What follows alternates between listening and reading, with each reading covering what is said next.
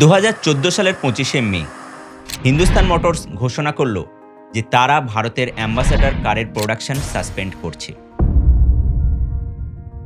একটা সময় ভারতের অটোমোবাইল মার্কেটের 70% শেয়ার ছিল এই অ্যাম্বাসেডরের হাতে, অথচ 2014 সাল আসতে না আসতেই সেই শেয়ার নেমে এলো মাত্র 0.12%। তারা মাত্র 2200টি গাড়ি বিক্রি করে, যেখানে সেই বছর ইন্ডাস্ট্রির মোট সেল ছিল প্রায় 1.8 মিলিয়নেরও বেশি। এক্ষেত্রে আমাদের একটা বিষয় মনে রাখতে হবে যে সেই সময় অ্যাম্বি না থাকলে কিন্তু বিজনেস পার্সনদের স্ট্যাটাস সিম্বল আসতো না। তাহলে এমনটা হলো কেন? নমস্কার, আমি আলী কাউসার, একজন এন্টারপ্রেনিউর, ব্র্যান্ডিং ও মার্কেটিং স্ট্র্যাটেজিস্ট এবং সেই সাথে MR group of colleges and হসপিটালসের সিনিয়র ভাইস প্রেসিডেন্ট। কেন দেশের সবথেকে বড় আইকনিক কার ব্র্যান্ড তাদের বিজনেস গোটাতে বাধ্য হলো?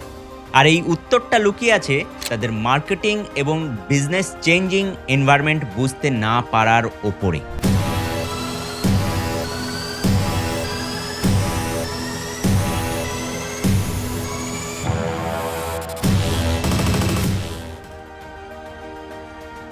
আজ আপনাদের নিয়ে চলেছি একটি ক্লাসিক বিজনেস কেস স্টাডিতে, কারণ এটি শুধু একটি ব্র্যান্ডের ব্যর্থতার গল্প নয়, বরং এটাকে আমরা একটা পিওর মার্কেটিং লেসন হিসাবে নিতে পারি। অ্যাম্বাসেডর কারের গল্প শুরু হয় 1958, যা British model Morris Oxford series 3 থেকে ইন্সপায়ার হয়ে বানানো হয়েছিল।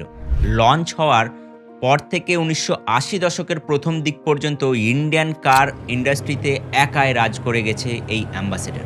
সেই সময়ে হিন্দুস্তান মোটরস এমন একটি মার্কেটে বিজনেস করত যেখানে তাদের জন্য এনভায়রনমেন্ট ছিল বেশ সুরক্ষিত ও প্রতিযোগিতাহীন।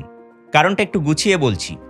দেশের লাইসেন্স রাজ, রেড ট্যাপিজম এবং আনফ্রেন্ডলি ইকোনমিক পলিসি বিদেশি কোম্পানির গাড়ি ভারতে সাপ্লাই দেওয়ার বা এখানে বিজনেস করাটা কঠিন করে দিয়েছিল। ফলে ইন্ডিয়ান কার মার্কেটে প্রতিযোগিতাও তুলনামূলক কমে গেল। কাস্টমারের জন্য অপশান বলতে রয়ে গেল মাত্র দুটো প্রমিনেন্ট প্লেয়ার, এইচএমের অ্যাম্বাসেডর এবং ফিয়াটের প্রিমিয়ার পাদমিনী। আর এই মনোপলি সিচুয়েশনই উভয় কোম্পানিকে অতিরিক্ত কমপ্লেসেন্ট করে তুলেছিল।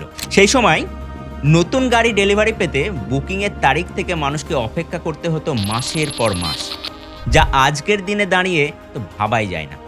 তবু সেল একটুও কমেনি, কারণ এখনকার মতো এত অল্টারনেটিভ তো ছিল না। অ্যাম্বাসেডর জনপ্রিয় ছিল তার স্টার্ডিনেস, হিউজ স্পেস এবং কমফোর্টেবল সিটিংয়ের জন্য।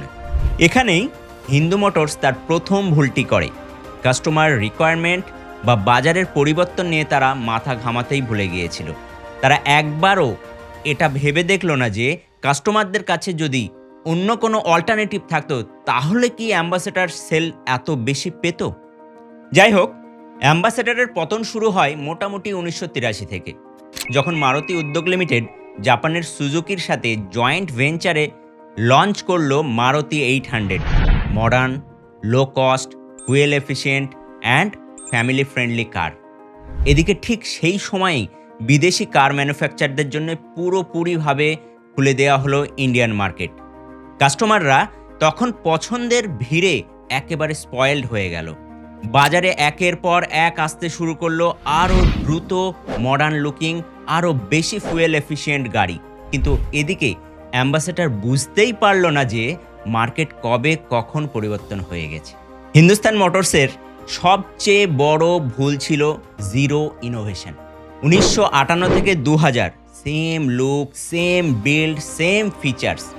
পরে তারা যখন ইসুজু ইঞ্জিন, বাকেট সিট আনলো তখন অনেকটাই দেরি হয়ে গেছে। বাকি ব্র্যান্ড হিন্দু মোটরসকে পিছনে ফেলে এগিয়ে গেছে অনেকটাই। মার্কেটিং ও ব্র্যান্ডিংয়েও ছিল তাদের জিরো ইনভেস্টমেন্ট। কোম্পানি ভেবেছিল অ্যাম্বাসেডর তো এমনিতেই আইকনিক, আলাদা করে মার্কেটিং করার হয়তো প্রয়োজন পড়বে না।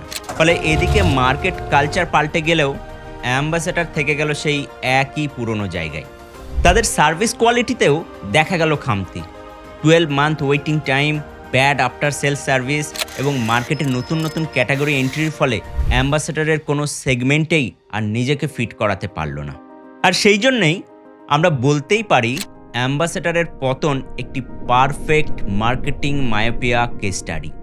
এইচএম বুঝতেও পারল না যে মানুষ কখন তাদের পাশ থেকে সরে গেছে।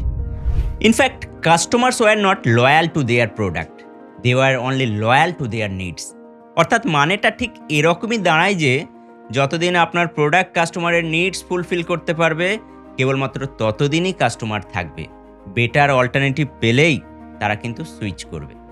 আর এক্ষেত্রেও ঠিক সেটাই হয়েছিল। অ্যাম্বাসেডর তার কোয়ালিটির জন্য নয়, বরং বাজারে চয়েস না থাকার কারণে পপুলার ছিল। আর তাই তো কম্পিটিটর ঢোকার সাথে সাথেই মার্কেটে তাদের গেম শেষ। অ্যাম্বাসেডর আমাদের চোখে আঙুল দিয়ে দেখিয়ে দেয়, never be complacent, never ignore market signals, never under estimate competitor, না হলে মার্কেট তোমাকে ঠিক সরিয়ে দেবে।